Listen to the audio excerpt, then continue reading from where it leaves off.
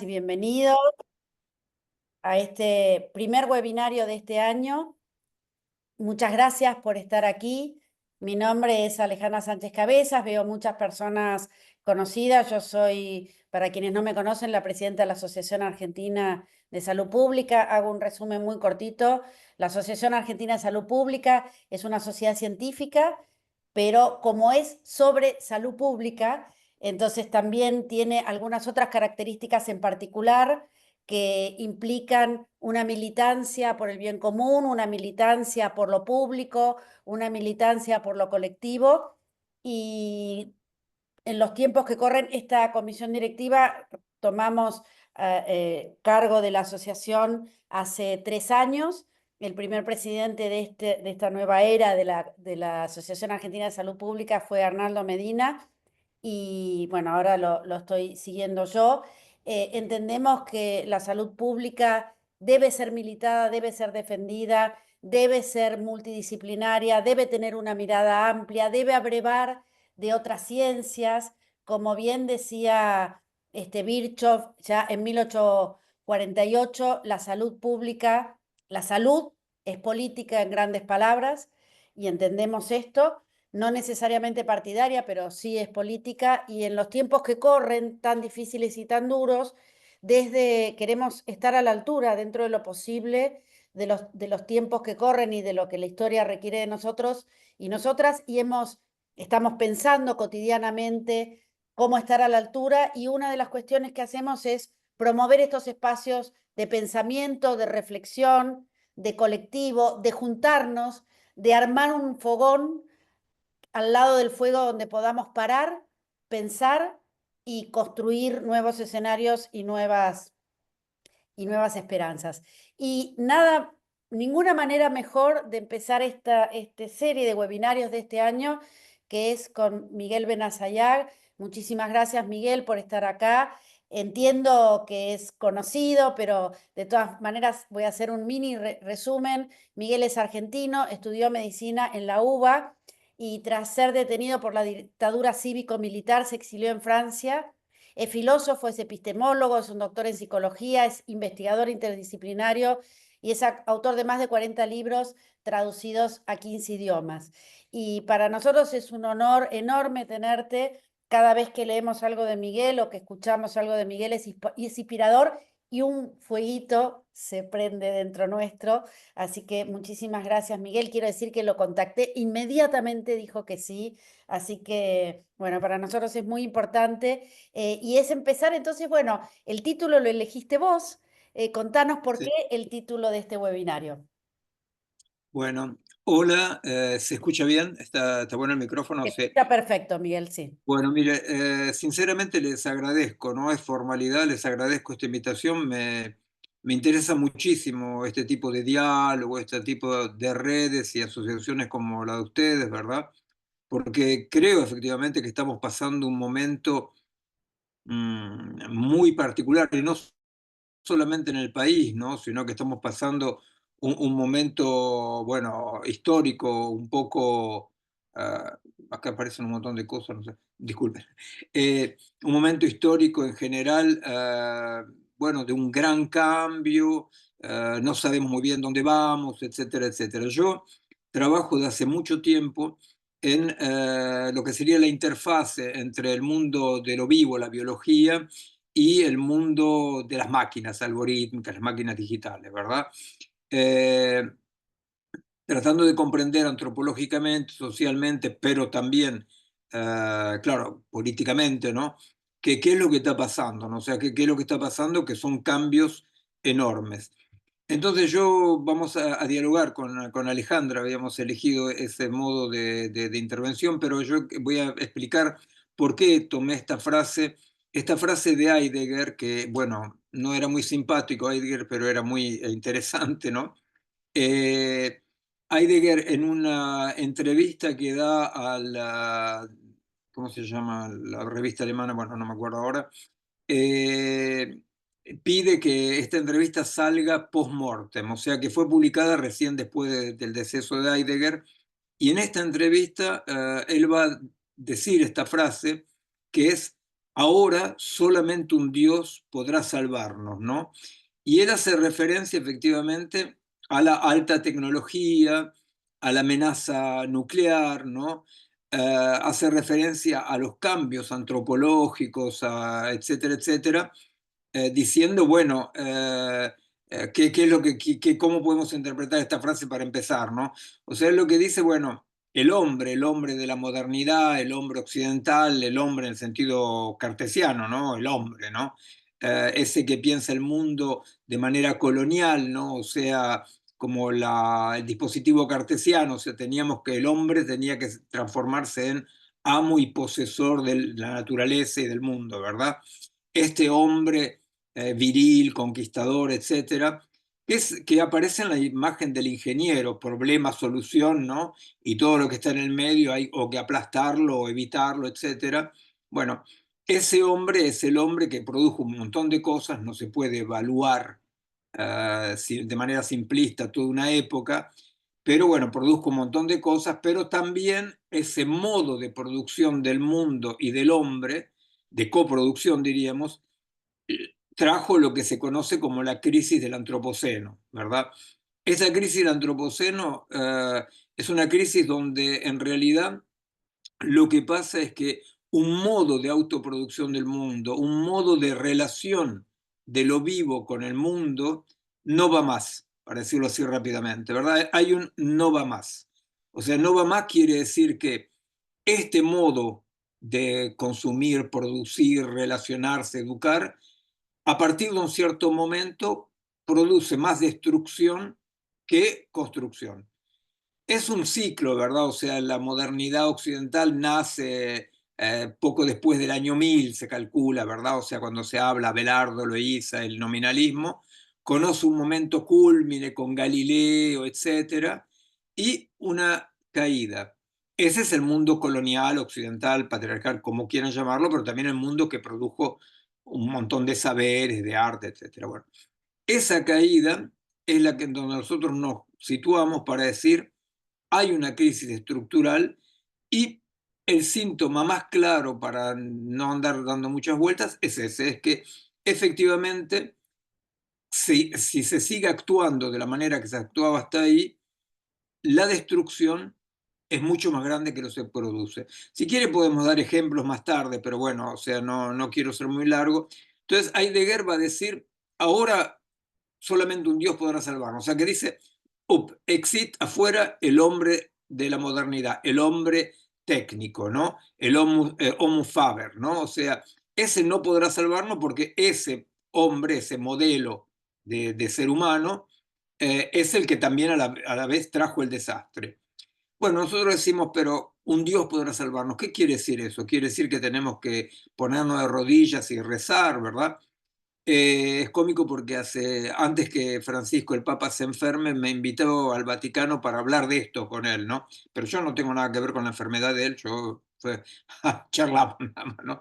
Y efectivamente yo le dije, cuando a la mañana está sobre YouTube, la encuentro, un encuentro así, tralala, pero a la tarde hablando con él le dije la frase esta, ¿no? Y se reía, claro, porque yo decía, solamente un Dios puede salvarnos. Yo decía, no se trata efectivamente de decir que Dios tiene que salvarnos. Se trata de decir que tenemos que buscar otro paradigma, otra relación con el mundo, otra relación con nosotros mismos, que no sea marcada por el antropocentrismo de ese modelo del hombre colonial occidental. Esa es la idea de poner el título este, diciendo, sí, de ahora en adelante no podemos contar más con el hombre occidental tal como lo conocimos, la figura del ingeniero, etcétera. Pero, ¿qué quiere decir eso? No que tenemos que ponernos rodillas a rezar, sino que es muy importante repensar y reexplorar otro tipo de relaciones de la humanidad que se da cuenta con mucha sorpresa que no estábamos solos, ¿verdad? O sea, que no es que había los humanos y el resto puro mundo mecánico, como diría Descartes. Bueno, eso es un poco la explicación del título. A mí me parece que realmente no es solamente así un título para decir qué divertido, sino que hay una reflexión en disidencia con lo que dice Heidegger, pero partiendo del punto de que efectivamente la crisis es una crisis total. Entonces, una palabra nada más. Hoy en día hay dos vías. A partir de la crisis radical del Occidente hay dos vías. La vía mayoritaria es la vía tecnófila de Elon Musk, de la Silicon Valley, de los posthumanistas, discúlpeme, de los transhumanistas, posthumanistas, que apuntan todo a la tecnología. La tecnología va a arreglar todo, a tal punto que dicen la vida va a seguir sobre otra base, no biológica, ¿no? Ellos dicen, bueno, esa es la única vía. Es una vía única que nos transforma en funcionantes y que considera que la existencia es demasiado complicada, que hay que tratar de funcionar de más en más, etc. La otra vía minoritaria es esa que nosotros tenemos que buscar y explorar de manera múltiple, no como una vía sola, que es otra relación con el mundo, con nosotros y con el sentido de lo que estamos haciendo, ¿verdad? Dentro de eso, efectivamente, la cuestión de la salud pública y de la salud en general es un punto central porque el modelo funcionante trae al hombre modular, un hombre hecho de módulos, ¿verdad? La pregunta que para mí es una pesadilla que me hacen todo el tiempo es, ¿qué es lo que el humano tiene que la máquina no tiene todavía? Cuando se hace esa pregunta ya estamos vencidos porque consideramos que nosotros seríamos también un agregado de módulos de la misma manera que la máquina, ¿verdad?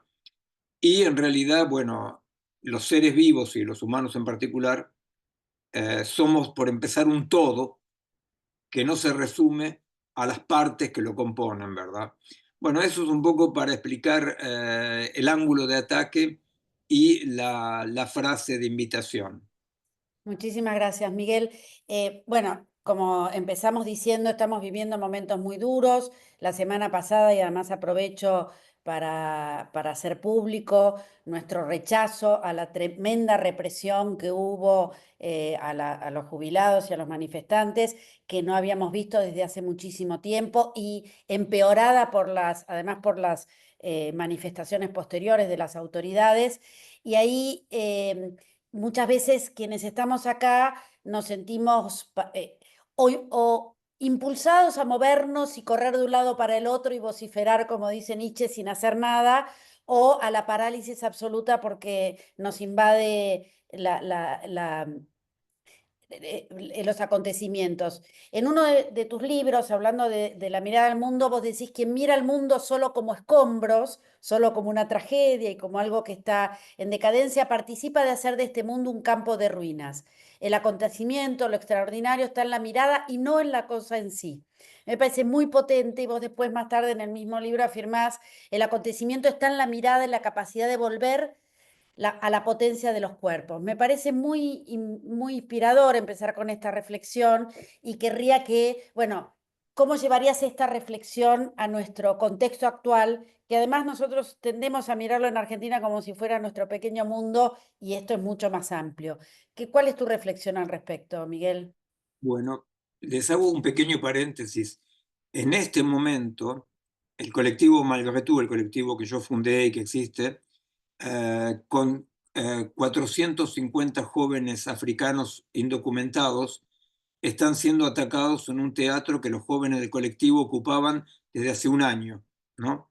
Los están desalojando a estos jóvenes. Bueno, es para decir simplemente que de maneras diferentes, ¿no? El programa político, ¿no? de los poderosos es que en este mundo hay sobrenumerarios, ¿no? Que sobra gente, ¿no? Y se acabó el programa de este programa es para todos, ¿no? O sea, estamos en un mundo donde la fuerza bruta aparece al desnudo, ¿no? Y donde ni siquiera Trump hace un esfuerzo diplomático, ¿no? Como para hablar de una manera o de otra. Y yo creo que eso hace parte de las transformaciones actuales, o sea, de una especie de pospolítica. Pero bueno, vuelvo a lo que decía Alejandra. En realidad, cuando nosotros miramos el desastre ecológico, climático, cuando nosotros miramos el desastre demográfico también, ¿verdad? O sea, aparece la evidencia de un cambio fundamental histórico, es que nosotros salimos de varios siglos, estamos tejidos por varios siglos que pensaban su vida en función de un futuro promesa, ¿verdad? O sea, el presente estaba estructurado en nombre de, bueno, es el historicismo, la teología, o sea, nuestras vidas estaban estructuradas en nombre de un futuro promesa, un futuro de emancipación, un futuro, etcétera. Eso no es solamente el monopolio de la política para nada, ¿verdad? Cuando yo empecé a estudiar medicina, más o menos con Hipócrates, ¿no? Eh, si me decían, ¿qué pensás del cáncer en el año 2020? ¿No? Decía, pero el cáncer va a estar en los museos de la medicina. Ustedes saben que hoy en día el cáncer aumenta de manera exponencial porque acompaña el desastre climático, ecológico del sistema, las micropartículas, etcétera, etcétera. Bueno, entonces, en realidad, la idea de que el futuro era una promesa era lo que estructuraba realmente el conjunto de nuestro mito, nuestra forma de pensar y de actuar. En muy poco tiempo, para ser elaborado, ese futuro promesa se transformó en un futuro amenaza. No sabemos qué hacer, no sabemos de qué lado evitar el desastre, ¿verdad? O sea, si la gente de mi generación pensaba, cuando yo era joven, pensábamos, qué suerte va a tener mi nieto de vivir en ese mundo fantástico, hoy en día, cuando pensamos en qué mundo van a vivir nuestros nietos, nos asusta, ¿verdad? Nos asusta porque sinceramente no sabemos qué es lo que va a pasar. O sea, no va a haber agua potable para todos, no va a haber comida sana para todos, no va, bueno, en síntesis, todo lo que sabemos, ¿verdad? Y todos los gobiernos autoritarios que suben, porque claro, el miedo sube, más sube el miedo al futuro, más la gente busca un líder fuerte, duro, ¿no? Y más el líder es duro, fuerte y grosero, más adhesión trae, porque efectivamente el miedo provoca eso. Entonces, claro, cuando nosotros miramos el mundo, yo lo que veo en los investigadores que yo conozco, con los cuales trabajo, la gente tiene tendencia a hacer una especie de balance horrible, ven ruinas, ruinas por todas partes. Bueno, yo creo que ver ruinas y ver el desastre solamente pasivamente hace parte del desastre, hace parte del problema. O sea, nosotros hoy en día estamos convocados no a contar las ruinas, no a hacer un balance de lo que se está rompiendo, lo que va mal, sino lo que estamos convocados es a tratar de producir, inventar, crear una nueva manera de habitar nuestro mundo, nuestras sociedades, ¿verdad? O sea, salir de esa pasividad. Hay una depresión que provoca también una cierta posición estética. Hay un filósofo italiano bastante conocido, pero no lo quiero nombrar para no polemizar, que escribe que tenemos que desertar, que de ahora en adelante es la apocalipsis, la apocalipsis, ¿no? Bueno, bueno, yo creo realmente que no podemos darnos el lujo del pesimismo. Yo creo que el pesimismo es un lujo aristocrático que va hacia una estética de fin de mundo, que da un cierto sabor al presente. Y yo creo que eso es un lujo que no podemos darnos. Nosotros tenemos que estar, pero realmente, popularmente, del lado de la vida. ¿Se entiende? La cuestión es por dónde pasa, por dónde se protege la vida, por dónde se protege el pensamiento, la cultura, ¿verdad? Pero para eso hace falta una maniobra indispensable, que es una condición. Nosotros tenemos que ser capaces de poner entre paréntesis el futuro, ¿se entiende? Nosotros tenemos que aprender a pensar las razones del acto de manera inmanente, ¿se entiende? O sea, nosotros salimos de mucho, mucho tiempo, realmente estamos tejidos de eso, donde pensamos los actos que hacemos en nombre de un proyecto, la dicotomía medios-fines, ¿verdad? El fin justifica los medios, no los justifica.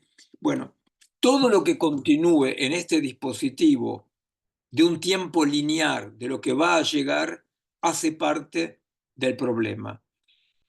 Es importante poder empezar teórica y prácticamente, sobre todo prácticamente, a reamigarnos con el presente. La modernidad ha hecho del presente una especie de cosa que no existe. El pasado es oscuridad y el futuro es lo que queremos o lo que tenemos miedo. Y el presente no existe. Pero eso es una construcción cultural del Occidente. Esa es la construcción cultural de un tiempo que es asimilado topológicamente a un camino, ¿verdad? Como si el tiempo fuera algo que está ahí, que yo tengo que caminar hasta llegar a un punto. Esta visión es la visión de la física clásica, ¿verdad? Ustedes saben que la física clásica tiene una temporalidad reversible, ¿verdad? Contrariamente a la única física que tiene que ver con la vida, que es la termodinámica, donde hay un sentido, hay ciclos, ¿verdad? Nosotros tenemos que tratar de ver cómo podemos estar en amistad de nuevo con el cambio, con el devenir, con el presente, ¿se entiende? Habitar ese presente. Porque si nosotros hoy queremos una promesa para actuar, no podemos tenerla. Eso significa que nosotros tenemos que encontrar las razones de actuar dentro de un presente y aceptando que con respecto a lo que pasará, no podemos decir que va a ir bien, que va a ir mal, ¿se entiende? Tenemos que poder hacer lo que en situación y para las situaciones presentes estamos seguros que hay que hacerlo, ¿se entiende? Cuando decimos estamos sin brújula, sin Cruz del Sur para orientarnos, bueno, nosotros tenemos que aprender a orientarnos de otra manera. Ese modo de orientarse yo creo que tiene que ser inmanente, porque en la inmanencia sí hay asimetrías. En la inmanencia sí no es lo mismo ser derecho que traidor, como dice el tango. Bueno, es un poco una especie de apología del presente, ¿verdad? De entrar en amistad con el presente. Miguel, me encanta este concepto y voy a salir un poco de lo que tenía pensado, pero me parece que vos lo dijiste al principio, pero es algo que venís trabajando con eso y que lo decís en muchos de tus libros, tus publicaciones y tus entrevistas, la diferencia, y lo dijiste antes cuando hablabas de la máquina, la diferencia entre funcionar y existir o funcionar y vivir. Y me parece que eso encaja muy bien con anclar el presente. ¿Podrías ampliar un poquito más esa idea? Porque me parece que también es muy potente como para pensarnos sujetos de la Sí. acción. Sí, después digo, entre paréntesis, si ustedes quieren, yo puedo también un poco explicar esta cuestión de presente, no solamente de manera enunciativa, sino explicar qué es esta experiencia. Bueno, sí, yo pienso que en nuestro mundo así colonizado por el algoritmo y por el mundo del funcionamiento, ¿no? Hay una estética del funcionamiento que hace que, ustedes saben, el funcionamiento se transforma en una especie de su propio fin. El funcionamiento tiene como objetivo funcionar, ¿no? Entonces, nosotros vemos poco a poco cómo de repente el funcionamiento coloniza las dimensiones más complejas, con partes negativas, más conflictuales de la existencia, ¿no? O sea, todo pasa como si en un mundo tan amenazante eh, no nos animamos mucho a existir, porque existir significa, ¿no? Dentro de toda la tradición fenomenológica, estar abiertos al presente, o sea, estar abiertos a la responsabilidad del presente. ¿No? Yo estoy convocado por el presente en la existencia. Y bueno, no es extraño que nuestros contemporáneos tengan muy poca gana de ser convocados a ese presente donde nos sentimos tan aplastados, porque como individuos no podemos nada, como individuos así solos no podemos nada. O sea, si nosotros ponemos de un lado las amenazas, los desafíos, y por el otro lado ponemos el individuo, todo está perdido, efectivamente. Entonces, claro, es como si de repente a este mundo donde es difícil encontrar el sentido de los actos, es difícil reemplazar el historicismo, ustedes se imaginan, reemplazar el historicismo de Hegel, de Marx, mismo del positivismo, eran también historicistas, ¿verdad? Creían en el progreso. Es muy difícil reemplazar esta grilla de análisis, ¿se entiende esto desde un punto de vista epistemológico? No hay que subestimarlo. Es muy difícil reemplazar esta grilla de análisis que explicaba todos los actos del más individual al más social por otra grilla de análisis. Entonces, el funcionamiento viene perfecto, porque el funcionamiento elimina las cuestiones de sentido, elimina las cuestiones de por qué y para qué. Entonces empezamos a preguntarnos, ¿funciono bien o funciono mal? Nosotros vemos cómo inclusive dentro de la psicopatología hay una nueva demanda de la gente que piden al profesional de funcionar bien, ¿entiende? O sea, no, nadie bien, buscar el sentido, pero ¿por qué hago esto? ¿Por qué no se hace eso? ¿Verdad? Es como peligroso, es una pérdida de tiempo y nosotros queremos todos esa rapidez del funcionamiento. Inclusive el funcionamiento, bueno, claro, está imponiendo una temporalidad. Cuando la gente dice el tiempo se acelera, el tiempo ni se acelera ni se frena. Lo que pasa es que las máquinas tienen su temporalidad y nosotros estamos muy, muy pegados a esa estética de la máquina. Existir significa ese riesgo que no se puede correr solo. Es el riesgo cuando le dicen a los padres, le dicen a los chicos, tenés que aprender cosas útiles, útiles, ¿verdad? Y olvidarte de tus afinidades selectivas, olvidarte de lo que realmente te hace una raíz con la vida. Y bueno, nosotros tenemos que ayudar a la gente a protegerse de ese miedo, porque más vamos a desraizar a los chicos, más vamos a hacerlos olvidar sus afinidades selectivas, más los vamos a debilitar. Nosotros tenemos que militar por darle el tiempo al tiempo. Esto no tiene nada que de tecnófobo, ¿verdad? Pero simplemente se trata de encontrar una alteridad. Eso es lo que estamos perdiendo, ¿se entiende? Estamos perdiendo esa alteridad con el funcionamiento de la máquina. O sea, poco a poco es lo que yo decía antes, cuando preguntan, ¿qué módulo tenemos nosotros que no tiene la máquina? Y la respuesta tiene que decir, nosotros no tenemos módulos.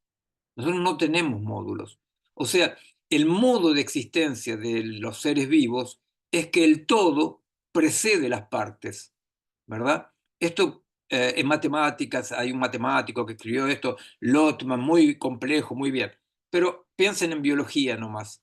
Desde que el espermatozoide fecunda el óvulo, el todo precede las partes, ¿entiende? O sea, en matemáticas es muy interesante, pero piénselo así nomás. O sea, en realidad, la diferencia entre la máquina y nosotros, que ustedes saben o no saben, no sé, pero en el medio de la investigación, el 80% de mis colegas, para ser optimista, piensan que entre la máquina y lo vivo, la diferencia es cuantitativa, nada más. Para restablecer esa alteridad, dice, ¿qué le falta a la máquina? A la máquina le falta todo, le falta el todo, ese todo que nosotros somos. Ven ustedes, por ejemplo, cuando la gente se encuentra por las aplicaciones. Es una tentativa de encontrarse modularmente. Me gusta la música, me gusta hacer jogging, no fumo, me gusta el cine. Son módulos. Cuando alguien se encuentra, en general se encuentra con una especie de indescriptible afinidad electiva, ¿verdad? Y después uno dice, bueno, ¿cuáles son los modos, cuáles son las habitudes del otro, ¿se entiende? Bueno, en realidad es esa la cuestión. La cuestión es que para poder existir no hace falta, no podemos hacer declamaciones. Hay que tratar de proteger esas experiencias de un existir que no se deje colonizar y aplastar por un puro funcionar, mismo si el funcionar es ansiolítico, ¿no? Bien, o sea que estaba, y va a enganchar muy bien con esta otra pregunta que tenía preparada para vos. Vos desde distintos ángulos hablás de pensar la complejidad como motor del pensamiento. Entonces, digo, yo no soy una experta en complejidad, pero me da la sensación que vos definís de una manera diferente a la complejidad. Entonces, querría que lo definas un poco más y por qué pensás que esta manera de entender la realidad nos potencia en lugar de colocarnos nuevamente en una posición de parálisis, de no hay alternativa, digo, interpelando a la nunca bien ponderada Thatcher. ¿Cuál sería esta alternativa que crea la posibilidad de pensar la complejidad? Bueno, primero, o sea, con respecto a la complejidad, yo doy acá en un seminario, ¿no?, sobre actuar y pensar en la complejidad, con el cual interviene así Edgar Morin. Y en realidad Edgar Morin está de acuerdo con eso, o sea, no es que yo desarrollé una línea particular de complejidad, ¿no? O sea, eh, se trata de pensar la complejidad como una realidad material objetiva, o sea, no como una teoría, sino decir la complejidad es el nombre de la emergencia de una nueva época, ¿no? Una época donde abandonamos una cierta linealidad del tiempo, donde podemos repensar, aparte que la humanidad hace parte de un espacio vectorial donde hay otros vectores, otras especies, otras realidades, ¿verdad? Salir del antropocentrismo, teniendo en cuenta que el antropocentrismo occidental no ponía al ser humano en el medio. El antropocentrismo es un dispositivo, ¿no? Eh, bueno, la complejidad es ese pensamiento que es un pensamiento no conquistador, que abandona una posición viril de resolver problemas y soluciones, y que asumen una realidad, se asumen situaciones, ¿verdad? O sea, decir, bueno, acá tenemos que pensar en términos de una situación donde yo no soy ni el amo, ni el posesor, ni el centro. ¿Entiende? Es complicado, es realmente complicado ese nivel de complejidad, porque ese nivel de complejidad es algo que va en contra de todo lo que nosotros estamos acostumbrados y contra lo que los tecnófilos proponen, ¿verdad? Que es racionalmente resolver todo. Bueno, eso tiene muchos lados, tiene muchos lados. O sea, hay una diferencia entre información y comprensión, por ejemplo, ¿verdad? La información es lo que va de una máquina a otra máquina. Los seres vivos no reciben información, reciben un intercambio con el mundo que dentro de los organismos produce sentido. Para las y los que conozcan, habrán identificado, yo tuve la suerte de trabajar con Francisco Varela acá en la Salpêtrière, ¿no?, que es quien efectivamente hace la gran revolución donde dice, no se percibe el mundo como información, como una fuente de información. El mundo interactúa con los organismos vivos y los organismos vivos producen sentido con eso. O sea, hay una oposición a pensar, no quiero ser muy técnico para no aburrirlo, pero hay una oposición a pensar dentro de la biología entre información o perturbación. ¿Se entiende? La información sería del lado del todo genético, de la información del todo algorítmico. La perturbación es que dice, no, los seres vivos reciben perturbaciones del medio y con esa perturbación producen sentido. En realidad, capaz les parece un poco como afuera de tema, como dicen los profesores a veces fuera de tema, pero esta cuestión de la comprensión y la información es vital. La comprensión es un fenómeno corpóreo, ¿verdad? O sea, yo percibo, apercibo, la percepción es la emergencia de un proto-yo, tengo conciencia, conciencia reflexiva, bueno, ese proceso que empieza muy de abajo con cuerpos situados, no es lo mismo que estar informado en la terraza, ¿verdad? La información es lo que permite esta porquería de la posverdad, por ejemplo, ¿verdad? O sea, donde todo puede ser verdad y nada es verdad. Para la comprensión, donde los cuerpos están entre cuerpos y agenciados, ¿verdad? No todo es lo mismo, no hay posverdad, ¿se entiende? Entonces, bueno, eso es lo que va del lado de la existencia. Lo que existe son los cuerpos. Y dentro del mundo de la pura información, cada vez hay menos cuerpos más manipulación y mismo hasta ese punto de una especie de duda sobre la realidad, ¿no? Digo una palabra nada más con respecto a eso. Yo estoy trabajando mucho con respecto a efectivamente eso que llaman posverdad, porque nosotros nos damos cuenta que hay nuevos niveles de realidad, me explico, ¿no? Si yo hasta hace 40 años, por ejemplo, 30, 20, pongamos, yo ponía una foto de Robertito y María en una boîte de nuit, ¿no? Y yo lo había manipulado. Entonces alguien dice, esta foto es una mentira. Una foto, una imagen producida por la inteligencia artificial, no es una mentira, es un nuevo nivel de realidad, ¿se entiende? O sea, que la alta tecnología produce nuevos niveles de realidad. Para decirle, el otro día escuché un tango cantado por Gardel que no lo había cantado nunca Gardel. Entonces yo digo, pero esto es engaña pichanga. No, no es un engaño. Son nuevos posibles, nuevas dimensiones de la realidad con respecto a las cuales nosotros tenemos que poder pensar algo, saber cómo ordenar eso, porque eso es nuestro mundo, ¿se entiende? No, espero no ser muy confuso, irme muy... No, no, me parece que es clarísimo. Después hay algunos comentarios que te los voy a leer. Te quiero hacer una última pregunta para después abrir a la conversación. Dos cuestiones. Vos estás pensando mucho y trabajando mucho en los sujetos y los individuos de la acción y de cómo pasar a la acción. Entonces, cómo debemos pensarnos como individuos, cómo debería ser ese pensamiento. Y bueno, y la otra cuestión, que no lo tenía tampoco escrito, pero que es algo que nosotros, por lo menos desde la asociación, venimos pensando mucho, que es el campo de la salud como un espacio de transformación, porque estamos con los cuerpos, trabajamos, nuestro objeto de trabajo son los cuerpos. Entonces nos parece que ahí hay un link, entonces quería como vos unís estos links y después sí ya abrimos un poco a ir leyendo los comentarios que están haciendo y alguna otra pregunta que quieran hacer. La salud y la educación son los dos campos hoy en día, desde mi punto de vista, fundamentales, porque son cuerpos. La educación, porque la pedagogía dicha de competencias es una pedagogía justamente que vacía al alumno, ¿verdad? O sea, vacía de toda afinidad electiva al alumno. Y la salud es fundamental porque hay una pelea por la hegemonía con respecto a qué concepción del cuerpo va a ganar.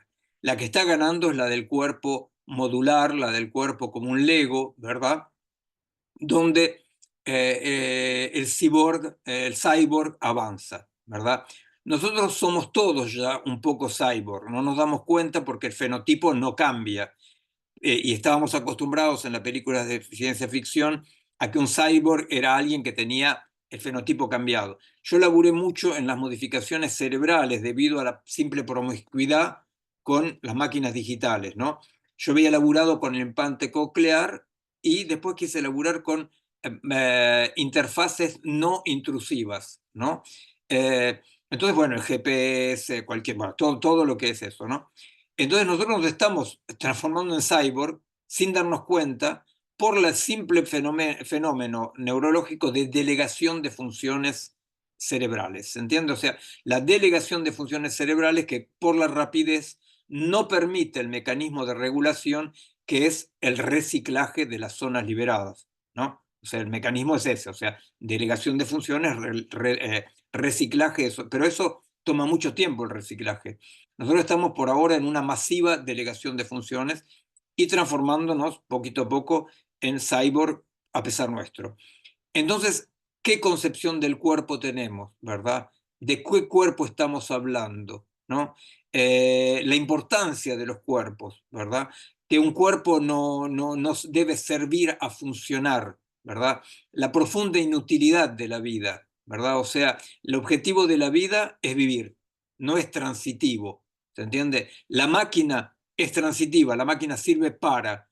Entonces, tenemos que hacer un esfuerzo realmente para pensar la salud en términos justamente donde es cierto que en la investigación el reduccionismo es una fase de la investigación. Yo no puedo estudiar holísticamente el todo, eso son pavadas. Pero el reduccionismo tiene que ser un momento. El hombre modular, el cuerpo modular no es ya un reduccionismo de investigación, es un modelo de ser humano absolutamente dislocado, ¿verdad? Entonces nosotros tenemos que tener mucho cuidado porque tenemos que reintroducir en la medicina y en la cura la cuestión del sentido, la cuestión de qué significa para este cuerpo, para esta persona, qué significa lo que está viviendo, ¿se entiende? O sea, los grandes avances enormes que nos permiten un actuar muy, muy potente, no tienen que aplastar la cuestión individual y concreta del sentido que toma para el paciente su existencia, ¿verdad?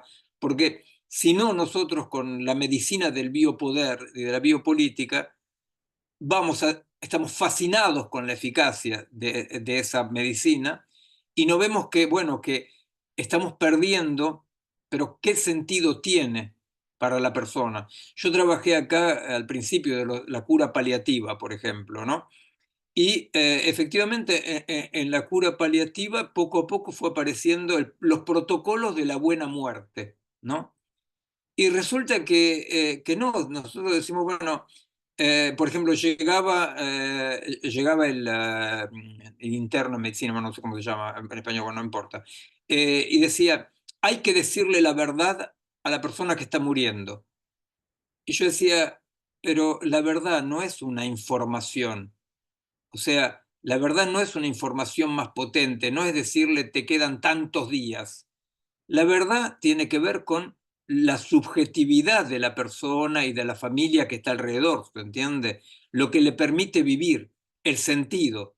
Nosotros estamos reemplazando esos sentidos que siempre están abiertos por saberes técnicos eficaces. Me parece que sin ningún rechazo a esa potencia técnica, tenemos que poder articularla, hibridarla con la cuestión central de lo vivo, que es el sentido de las situaciones.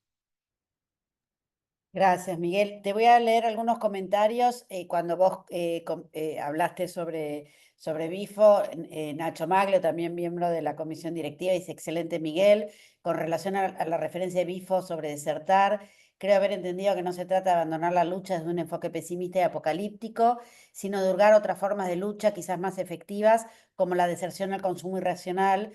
Lo que veníamos haciendo no dio resultado. Silvia Martínez dice, y me gustaría que profundices en el presente, la experiencia del presente que hablaste. María Fernanda Sosa dice, me parece clave salir del antropocentrismo o la lógica de cualquier centrismo, que son simplificaciones mortíferas.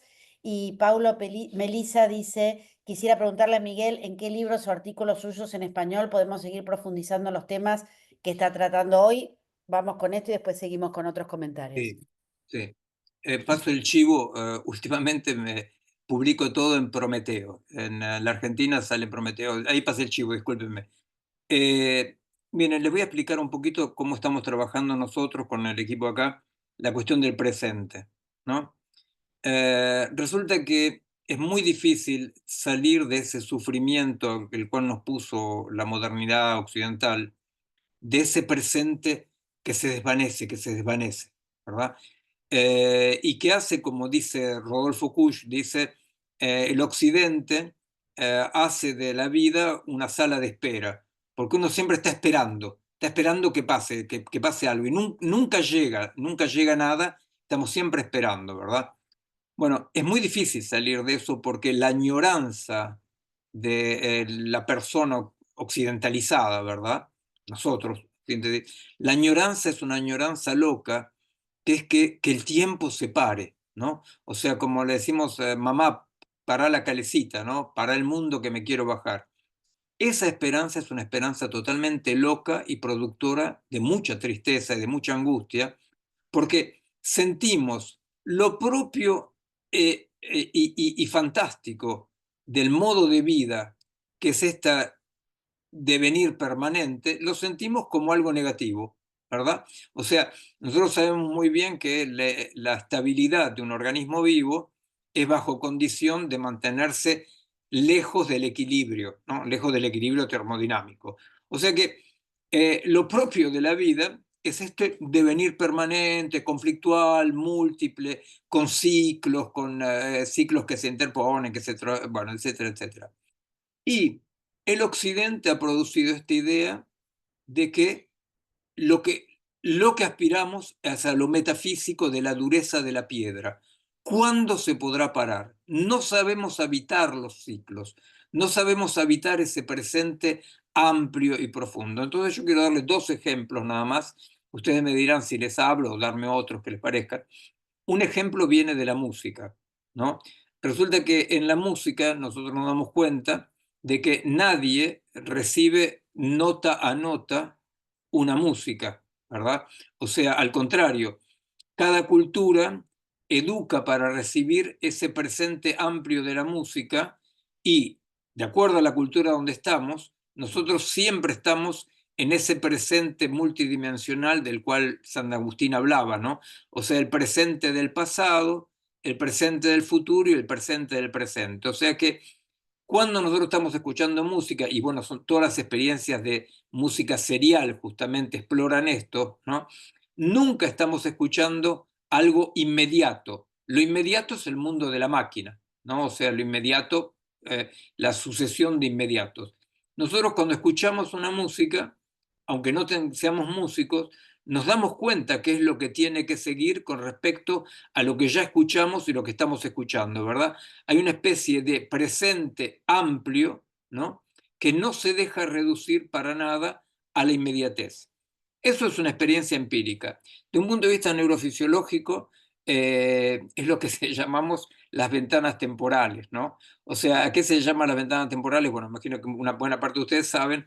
La ventana temporal es lo que hace este fenómeno que ustedes escuchan a alguien y lo ven en el mismo momento. Pero claro, esto no puede ser, porque lo que pasa es que ustedes lo ven antes que lo escuchan. Entonces, efectivamente, hay una neurona, que es una neurona retardo, ¿no? Que frena la visión, ¿no? Hasta que llega el sonido. Bueno, esta integración cerebral no es solamente del sonido y de la visión, es una integración general, pero mantengamos eso.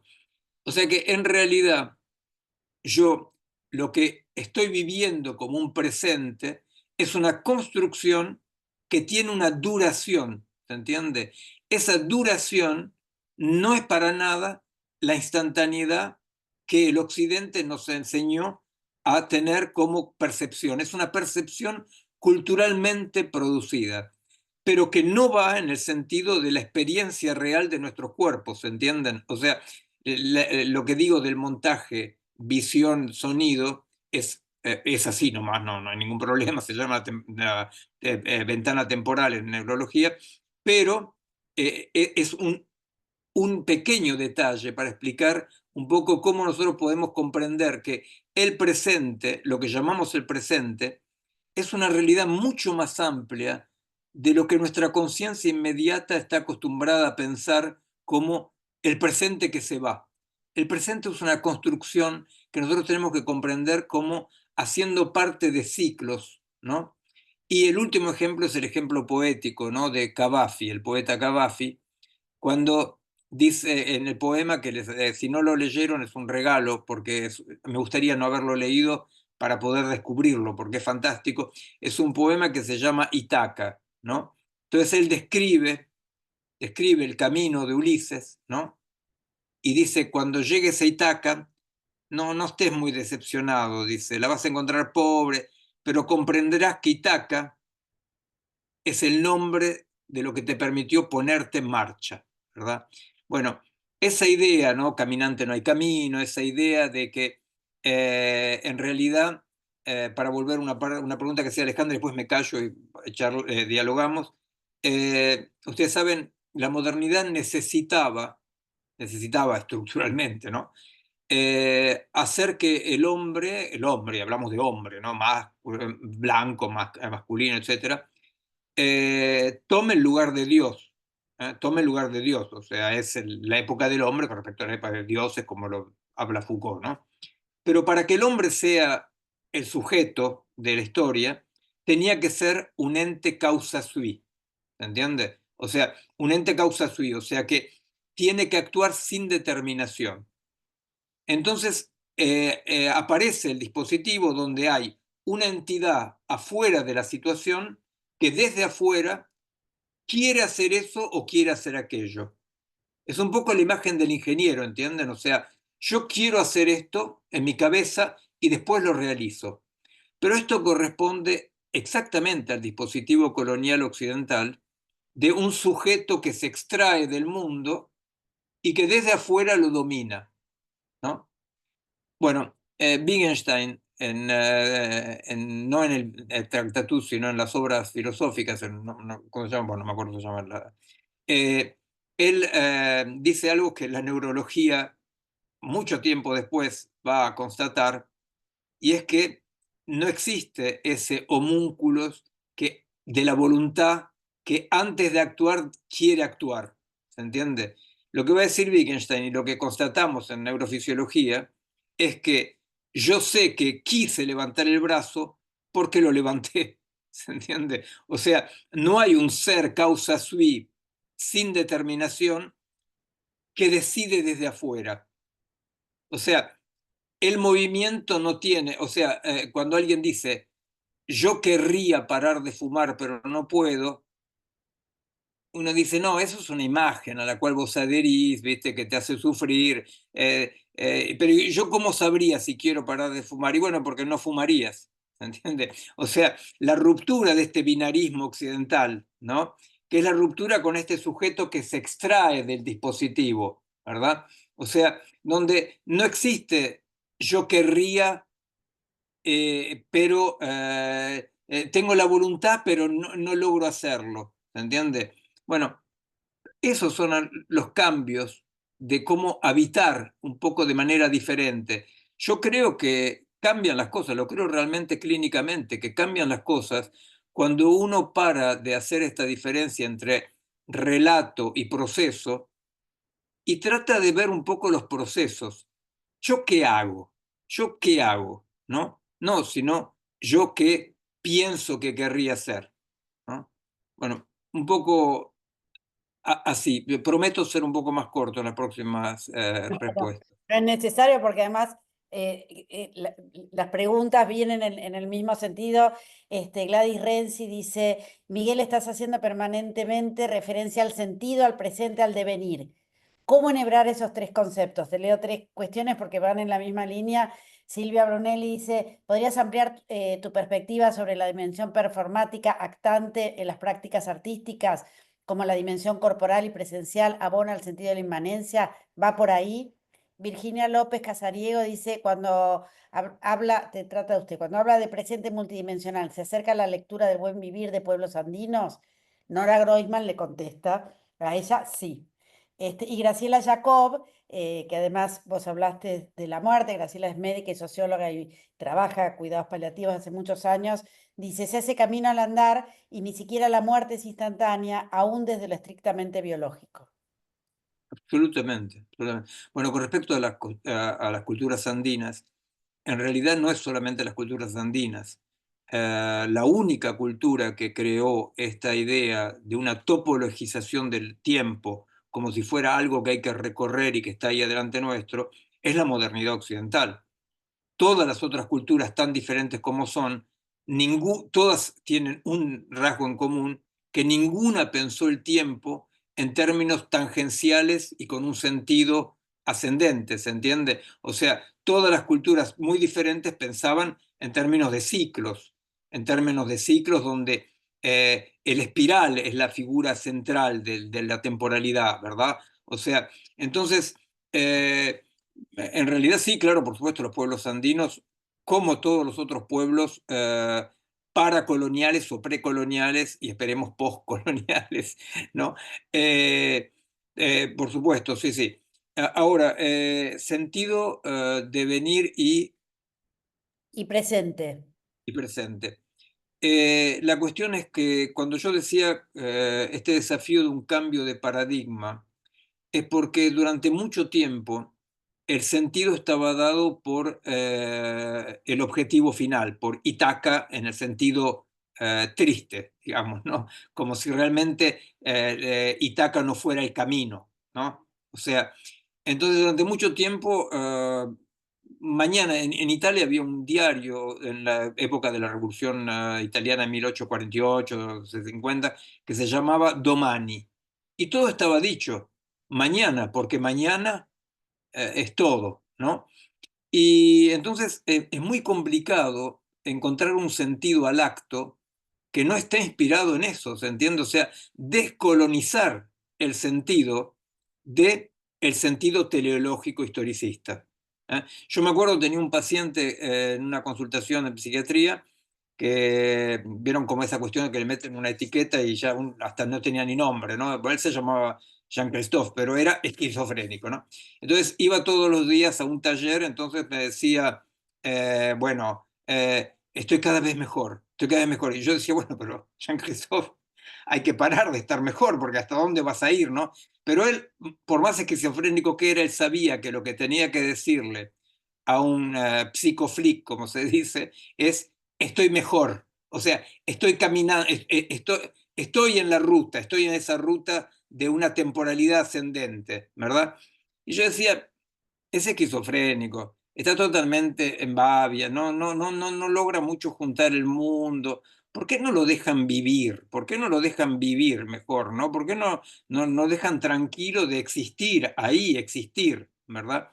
Entonces, la cuestión del sentido de venir y presente es ese, cómo nosotros podemos encontrar un sentido inmanente a partir de las asimetrías situacionales. Las asimetrías situacionales, si me permiten ese jergón así, ¿no? Es lo que nos permite romper con los líderes carismáticos y los profetas. ¿Por qué? Porque yo en una situación, yo veo que no es lo mismo ser derecho que traidor. ¿Se entiende?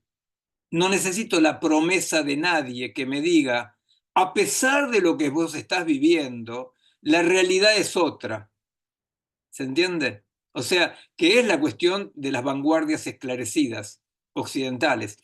A pesar de lo que vos estás experimentando, la verdad es otra y está dada por el futuro. Que el sentido esté dado por el presente es totalmente emancipador. Es lo que libera la potencia de actuar. Porque yo actúo con respecto a algo que yo puedo constatar. No es lo mismo. Esta noche mismo, si me puedo permitir decir un pequeño cosa, nuestro colectivo, que es un colectivo de investigación científica, filosófica, pero práctica, hace un año que los jóvenes del colectivo Malgré Tout ocupan un teatro en París con 450 jóvenes africanos indocumentados. Los está echando la policía en este momento. Yo les pedí perdón, dije que tenía una reunión con amigos, que no podía fallar. Los está echando en este momento. Bueno, para los jóvenes que están ahí, no les hace falta ninguna promesa. Ellos dicen, estos 400 jóvenes africanos, que los echen o que los metan en esos campos de refugiados, ¿verdad? Que son como cárceles. No es lo mismo que solidariamente recibirlos. ¿Se entiende? No hace falta una promesa. Cuando vienen los politiqueros y dicen, pero vos qué pensás, que Francia tiene que recibir a todos los africanos, yo no pienso nada. Vos no pensamos nada. Constatamos que no es lo mismo que a estos jóvenes le den una patada en el culo o que los metan donde los van a meter, desgraciadamente, en estos campos, estos sí, son campos, ¿no? O sea, de prisioneros, ¿no? Que los van a meter mañana a los que no se logran escapar esta noche. Bueno, ¿se entiende? Situacionalmente no hace falta que nadie les explique. Al contrario, es la potencia de actuar. Cualquiera puede sentir. No es lo mismo. No es lo mismo. Entonces, el presente y el sentido es en este sentido, se puede decirlo, en esta acepción de decir, bueno, efectivamente, yo acepto ese devenir, el devenir que no es lo mismo que la teleología. El devenir quiere decir, por supuesto, que la vida es este presente amplio, este presente donde se mezcla, ¿verdad? Este presente donde el pasado está acá, ¿no? Son las obras de Proust, por ejemplo, ¿no? O sea, como el pasado está acá porque nosotros estamos esculpidos por el pasado. El pasado no hace falta evocarlo, el pasado está acá. Las y los que trabajan con enfermedades neurodegenerativas. Ustedes vieron el asunto ese que el otro está ahí. ¿Cómo no tiene más acceso al pasado? Está ahí, no tendrá acceso consciente al pasado, pero el pasado lo esculpió. Nosotros tenemos que encontrar cómo entrar en relación, ¿entiende? Bueno, es un poco eso, pero a mí me parece que eso es una cosa, estoy convencido que es fundamental, porque si nosotros no podemos construir otra forma de habitar el presente, ¿no? Y resistiendo a la inmediatez de la máquina, hay algo que va a ir del sentido de la destrucción, ¿no? ¿Y por qué puede haber una alegría en este mundo? ¿Por qué podemos no mirar ruinas? Por esto. Porque si nosotros podemos asumir otra forma del presente, todo lo que libera la potencia de actuar, Spinoza lo llamaba las pasiones alegres, ¿no? Bueno, muchísimas gracias, Miguel. Nos quedan muy poquitos minutitos. Quiero hacer algunos avisos. Decir que en eso estamos. Hay muchas personas acá que son de la asociación y hay muchas y muchos amigos y amigas. Y a quienes no están en la asociación, decirles que se asocien, que necesitamos de ustedes, que necesitamos la construcción de estos vínculos, de estos lazos, de este presente que efectivamente creemos que puede ser distinto y que se va a realizar y transformar en cada uno y cada una de nosotras. Termino con Laura que comenta, te escucho y pienso que tu propuesta es sumamente interesante y entiendo y pregunto, que nos lleva a repensar, explorar nuevas instituciones y nuevos modos de llevar adelante nuestras prácticas, nosotros implicadas, habitando. Y Marcela, también miembro de la comisión directiva, dice cómo lograr ese paso a la acción con quienes están cooptados, atrapados en la máquina, cómo liberar las pasiones alegres de Spinoza. La realidad es que no vamos a tener tiempo para todas estas respuestas, pero por suerte, porque eso implica que vamos a poder seguir esta conversación, como son las conversaciones, una cosa que empieza y no sabemos cuándo termina, sí me gustaría invitarte a cómo te gustaría cerrar y también cómo empezaste, porque me acuerdo que fue en una conversación que tuvimos que el Papa te invitó a conversar con él. Y bueno, cuáles eran sus preocupaciones. Digo, ¿cómo te gustaría cerrar esta conversación? Agradecerte nuevamente muchísimo. Yo salgo mucho más contenta de lo que entré, mucho más vital de lo que entré, y así que eso quiero agradecerte y veo la cara de las personas que están aquí y está pasando lo mismo, así que, bueno, más Bueno, yo sabiendo voy a el ir tomar hacia el lugar. unos minutitos. Después quiero ¿Qué terminar quieras? Lo que el quieras. el encuentro muy alegre con Francisco, ¿no? El Papa. Pero primero quería tomar unos minutitos. Ustedes saben que Sócrates se desconfiaba de la escritura, porque decía la escritura nos va a hacer que letra muerta, va a impedir transmitir las cosas. En realidad, 5.000 años más tarde de la invención de la escritura, nosotros nos damos cuenta que sabemos hacerle mula a la escritura. O sea, sabemos hacer que la escritura diga lo que no puede decir. O sea, la literatura, la poesía, ¿verdad? Hace pasar el inefable, ese inefable que Sócrates temía que no pase, sabemos hacerlo pasar a pesar de la escritura. O sea, no es cierto que la escritura es letra muerta, nosotros sabemos hacerle. Bueno, lo que yo sinceramente en este tipo de encuentros es que nosotros empezamos a saber hacerle mula al algoritmo. O sea, nosotros empezamos poco a poco también a saber cómo utilizar el algoritmo sin ser utilizados y formateados por el algoritmo, ¿verdad? Porque como toda posición tecnófaga es anacrónica, o sea, no se puede mirar el futuro con un retrovisor, la única opción de mi punto de vista es o una hibridación virtuosa, se habló de arte, no lo desarrollé, los artistas son especialistas en eso, ¿verdad? O nosotros vamos a hacer una hibridación virtuosa con la tecnología, o sea, donde la alteridad exista, o somos colonizados. No existe la posibilidad de decir no quiero la tecnología. Entonces, lo que tenemos que aprender es hacerle mula a la tecnología, como hicimos, como la humanidad hizo con la escritura, ¿verdad?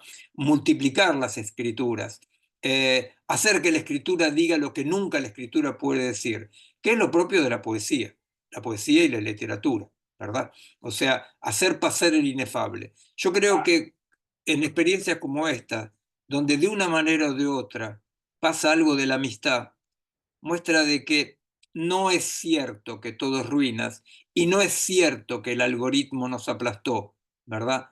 Queda en nuestra potencia encontrar cómo podemos hacerle mula al algoritmo, cómo podemos hacerle mula a la escritura, a la palabra, para que lo que es más profundo entre nosotros, lo que es prelingüístico, lo que viene del sentimiento, del cuerpo, pase a pesar de todo, ¿verdad? Así se llama nuestro colectivo, a pesar de todo.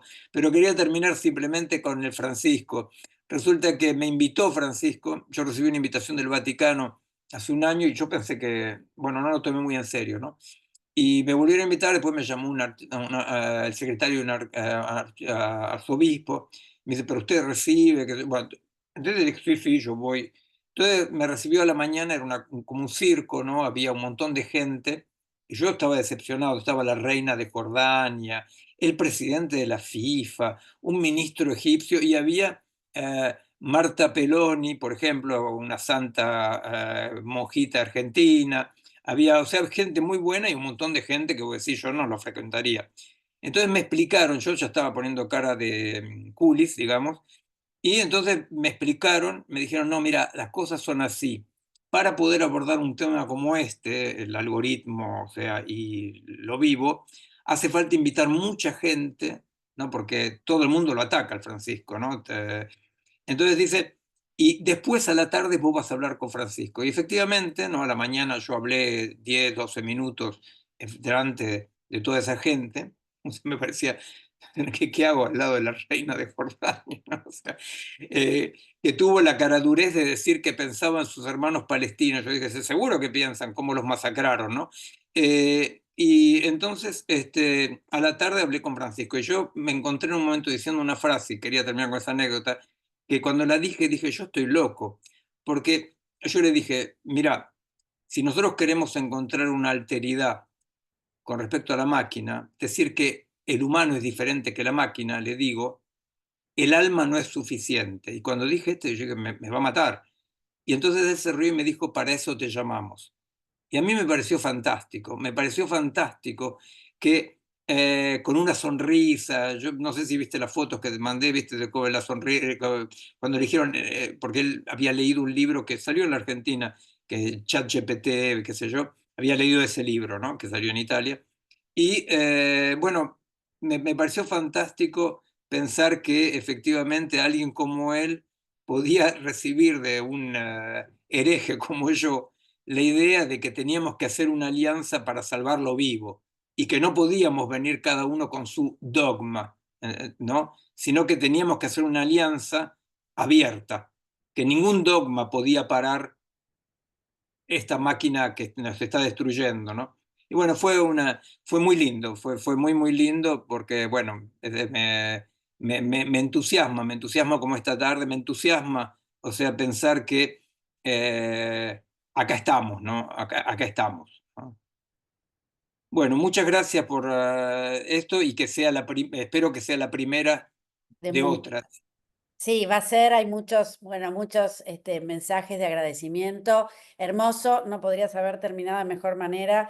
Te agradecemos mucho porque esto es lo que nos hace creer que, como decía el Che, un mundo mejor es posible. Así que muchísimas gracias, Eh, Miguel. Digo una cosa antes de irme, porque la cuestión no es si un mundo mejor es posible, es cuáles son los posibles mejores dentro de este mundo, Dentro de este mundo, ahora, ahora, para no caer de nuevo ahora, en la promesa. No nos hace ahora, falta promesa, nos hace falta prácticas alegres. Chao, totalmente. muchas Totalmente. gracias, les mando un abrazo Muchísimas muy, muy gracias. fuerte. Están Chao, aplaudiendo y agradeciendo. Muchísimas gracias, Miguel. Nos vemos pronto. chao.